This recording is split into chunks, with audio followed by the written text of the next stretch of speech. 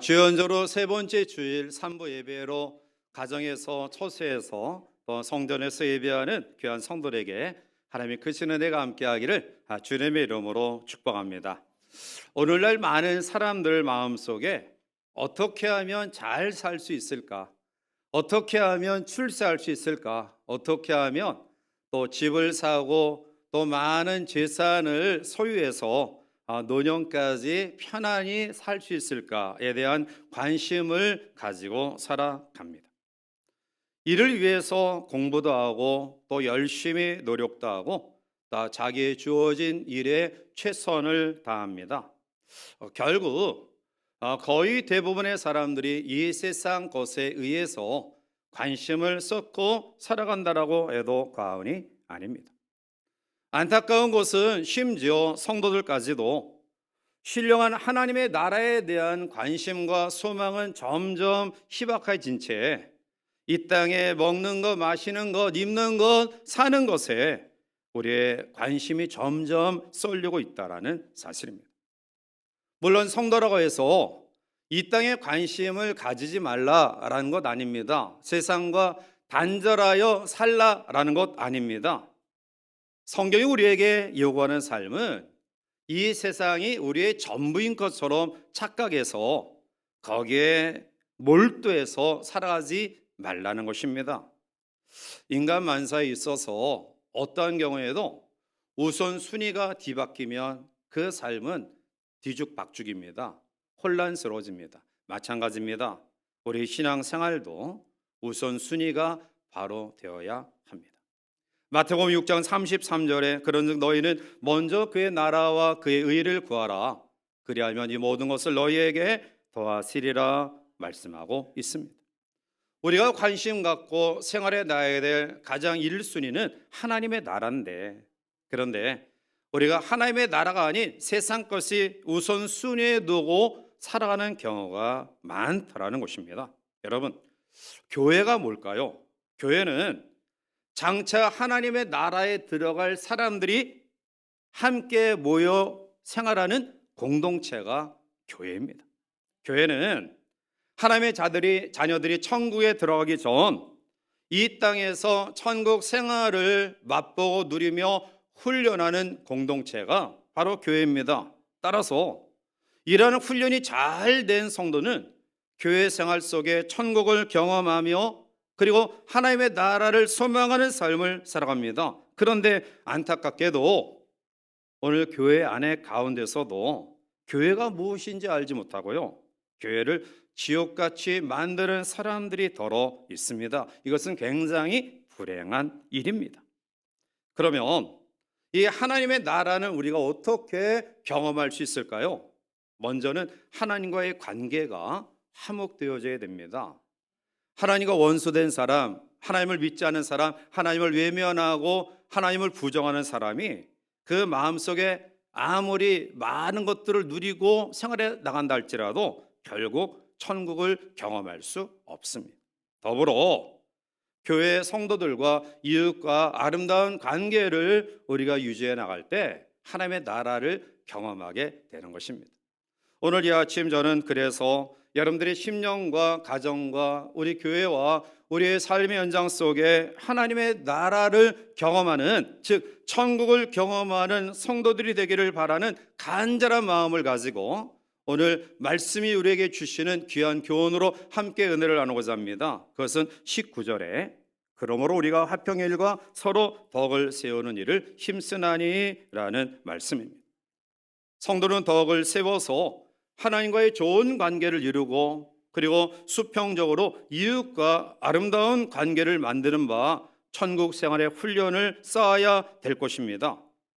오늘 본문의 말씀의 배경을 보면 초대교회가 안고 있는 문제 가운데 심각한 문제가 무엇이냐면 교회 안에서 교인들이 서로 다투고 싸우고 파당을 일삼으며 분쟁하는 것이었습니다. 바울은 교회의 모습이 이렇게 되어서는 안 되겠다라는 생각을 가지고 덕을 세워라라는 말씀으로 성도들에게 충고하고 있습니다.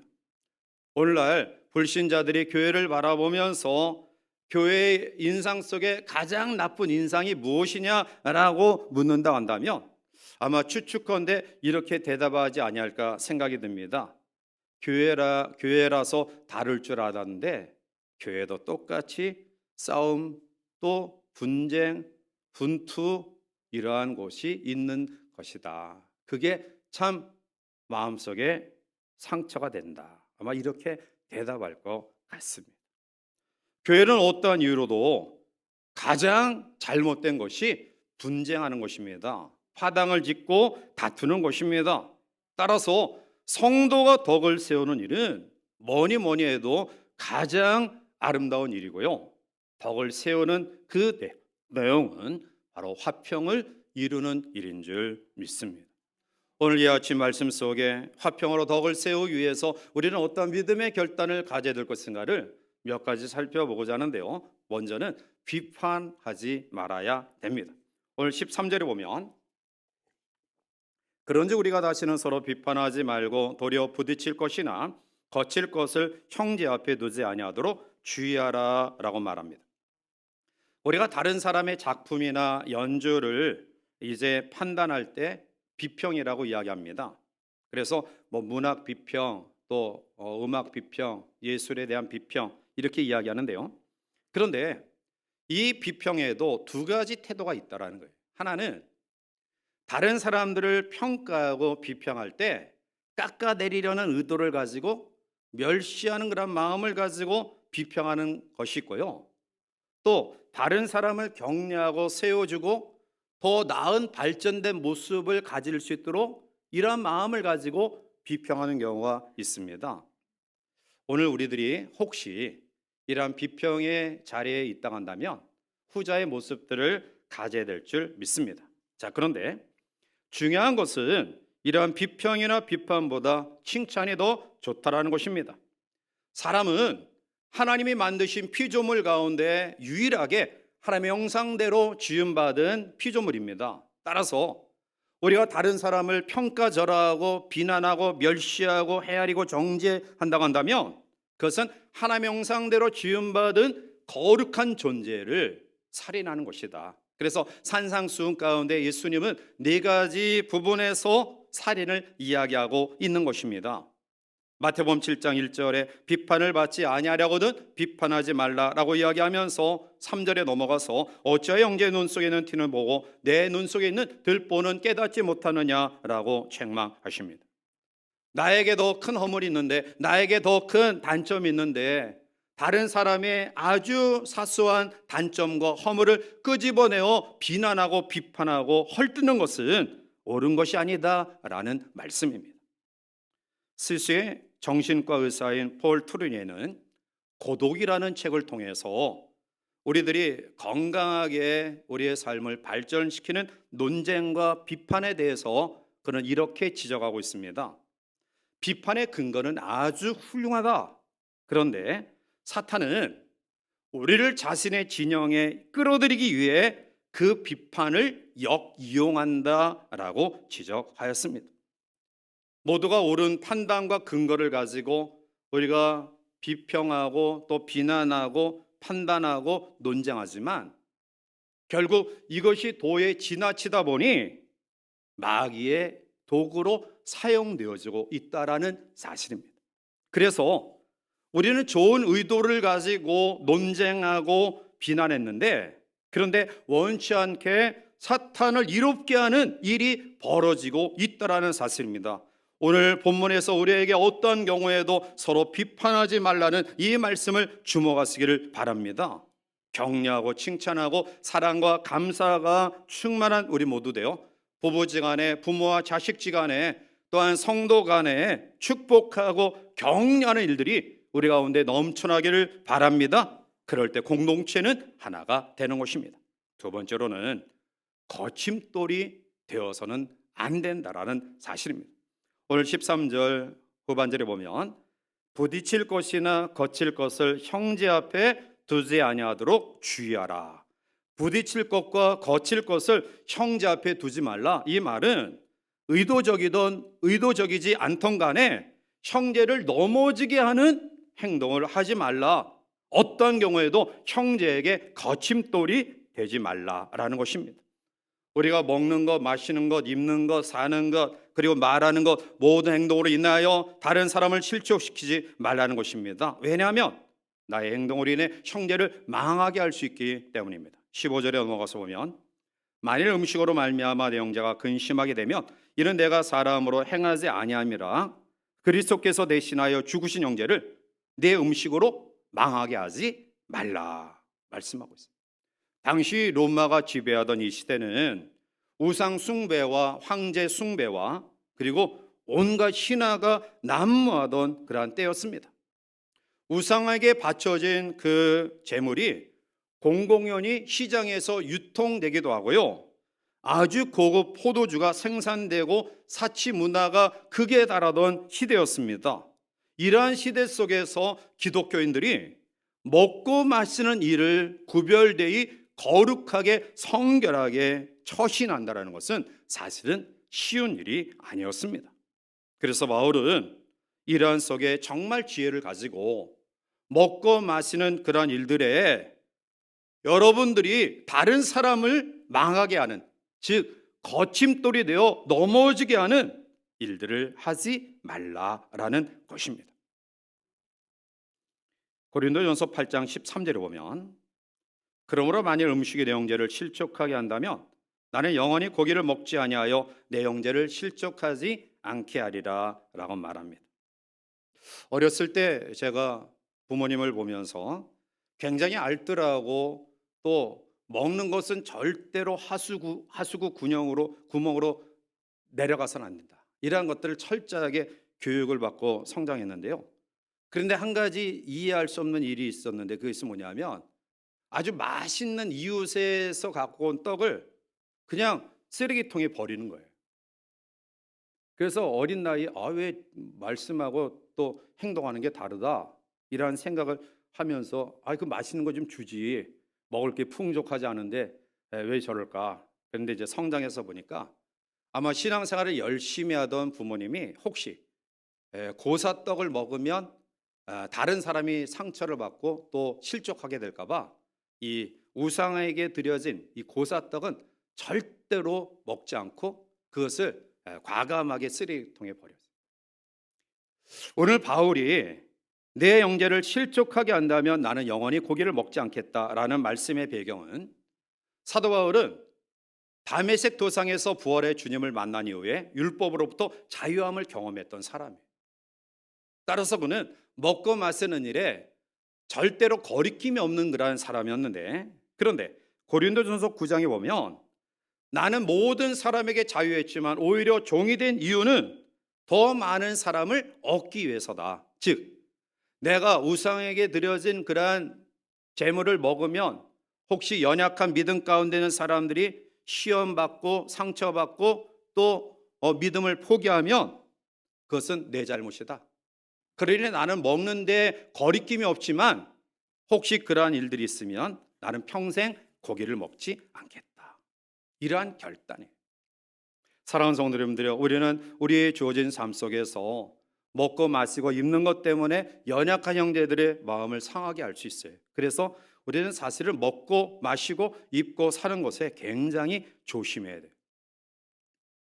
제가 결혼 38년 됐는데요, 38년 결혼 생활 가운데 집사람 때문에 딱 2번 놀랐어요. 깜짝 놀랐어요. 왜 놀랐냐면 미처 몰랐는데 너무 예뻐서 2번 놀랐어요. 왜냐하면 첫째 딸 결혼시킬 때 화장하고 둘째 딸 결혼시킬 때 화장할 때 예전에 이렇게 이쁜 줄 미처 몰랐어요. 평소에 민낯으로 생활하다가 이제 딸 결혼시키려다 보니까 이제 신부 어머니 화장을 하는데 정말 이쁘더라고요. 여러분들이 뭐 인정하건 안 하건 하여튼 저는 그때 그렇게 보였어요. 집사람을 통해서 감사한 것은 사실은 사치를 모르고 물론 하고 싶은 마음이 있겠지만 그 흔한 목걸이, 귀걸이, 반지, 시계 한 번도 착용하지 않고 명품 옷, 명품 백 하나도 없이 지금까지 생활해 오는 그런 모습을 보면서 더 감사하고 미안한 마음이 들어요. 아마 사모기 때문에 다른 사람의 눈에 비추어지는 모습이 사치한다, 뭐 호화롭다 이런 얘기를 들으면 혹시 성도들이 상처를 받을까 봐 조심하는 것 같아요. 그런데 뭐 여러분들은 교회 오실 때 좀 화장하고 또 귀걸이도 달고 좀 예쁘게 하고 오셔요. 우중충한 것보다 그래도 예쁜 게 낫지 않아요? 잘 다듬는 것이. 아마 마스크 때문에 화장 안 해도 참 많이 여러분들이 자유로울 것 같은데요. 우스갯소리로 새 가족이 오면은 이제 목양실에서 이제 사진을 찍는데요. 그래도 우리 홈페이지에 나가야 되니까 잠깐 마스크를 벗으세요. 그러면은 깜짝 놀라요. 여러분 화장 안 하고 왔는데 그래서 다음 주에 화장하고 올 테니까 오늘 찍지 않겠다. 그래서 그럼 그러시라. 여러분들이 공인으로서 또 아니면 어른으로서 또 중진자로서 혹시 주변의 사람들의 마음에 상처가 되면 내가 하고 싶은 것도 자제하고 절제할 줄 아는 것이 그것이 지혜로운 사람입니다. 그런데 더 적극적으로 나가서 오늘 바울은 본질적인 가치를 추구하라. 그러니까 비판하지 말고 또 다른 사람의 거침돌이 되지 않는 이 소극적인 삶에서 더 나아가 본질적인 가치를 추구하라 말씀하고 있어요.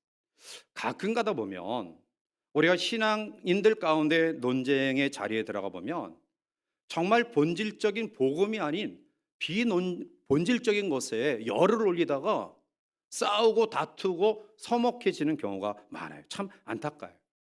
예컨대 요즘 우리나라의 화두가 뭐냐? 대선이에요. 대선. 정치 지도자를 세우는 문제입니다. 정권을 유지해야 된다. 아니면 정권을 교체해야 된다. 아니면 여의 대표가 돼야 된다. 야의 대표가 돼야 된다. 저는 교회 안에서 여도 야도 있어야 되고요. 있을 수밖에 없다라고 생각을 합니다. 그런데 이런 것을 가지고 신앙의 교제에 상처를 받아서 서로 불편하고 서로 서먹서만 관계에 있으면 하지 마십시오. 그게 뭐 본질적인 거라고 신앙의 성도의 교제까지 우리가 상처를 받으며 그러한 일에 집중해야 됩니까? 본질적인 가치. 오늘 성경은 17절에 하나님의 나라는 먹는 것과 마시는 것이 아니요 오직 성령 안에 있는 의와 평강과 희락이라 라고 말하고 있어요. 의와 평강과 희락. 의가 뭡니까? 의는 하나님 뜻에 순종하는 행동이 의예요. 다시 말하면 하나님의 통치를 내가 겸허히 받아들여서 하나님의 통치에 순종하는 믿음, 그게 의입니다.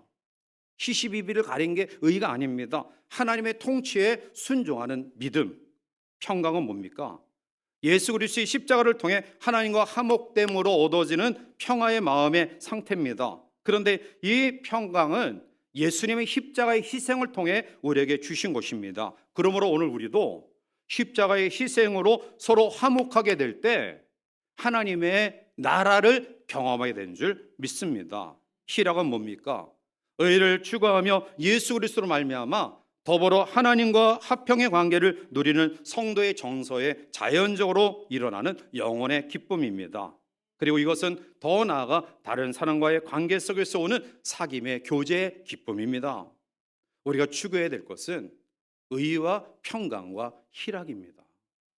본질적인 이러한 부분들을 우리가 추구해 나갈 때 하나님과의 관계, 이웃과의 관계가 아름답게 세워져 화평의 일을 통해 덕을 세우는 삶을 살아가야 될 줄 믿습니다.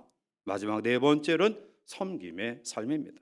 18절에 이로써 그리스도를 섬기는 자는 하나님을 기쁘시게 하며 사람들에게도 칭찬을 받느니라 라고 말합니다. 하나님이 원하시는 온전한 신앙이 뭡니까? 하나님이 원하시는 신앙은 하나님이 기뻐하시는 삶, 사람에게 칭찬받는, 인정받는 삶입니다. 그런데 이것은 누구나가 되어지는 삶은 아닙니다. 하나님이 기뻐하시고 사람에게 칭찬받는 삶을 살기 위해서는 마가복음 10장 44절에 너희 중에 누구든지 으뜸이 되고자 하는 자는 모든 사람의 종이 되어야 하리라. 섬김을 통해 하나님을 기쁘시게 하고 이웃 사람들에게 칭찬받는 화평에 인정받는 삶을 살 수 있다라는 것입니다. 오늘 우리가 가끔가다 착각합니다. 예수님의 제자들이 주님을 따르고자 그들이 처음 결단했을 때 배와 그물과 집과 가족을 포기하고 따랐어요. 아마 그들 마음속에는 그 숱한 여러 가지 어려움 속에서 우리는 너희들과 다르다. 나는 너희들과 달리 이 모든 것을 포기하고 주님을 따랐다라는 자부심을 가지고 있었을 거예요. 그런데 과연 그럴까요? 아니죠. 그들의 중심에 남겨진 인간적인 욕망과 야망이 계속 꿈틀거리고 있었습니다.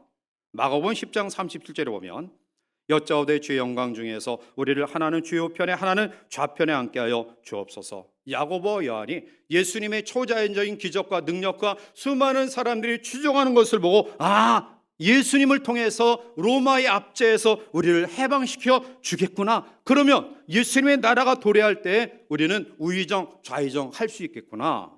그런데 요한과 야고보뿐만입니까? 아니죠.